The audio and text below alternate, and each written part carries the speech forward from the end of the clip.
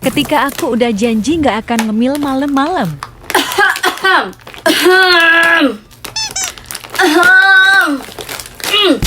Aduh, nyeri badan.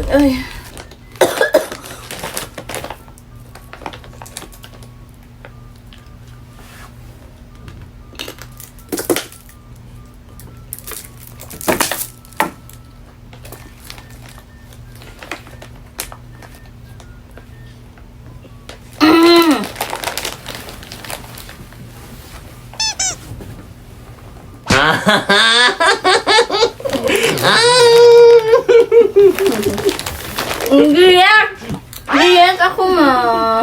Enggak. Nyasok banget.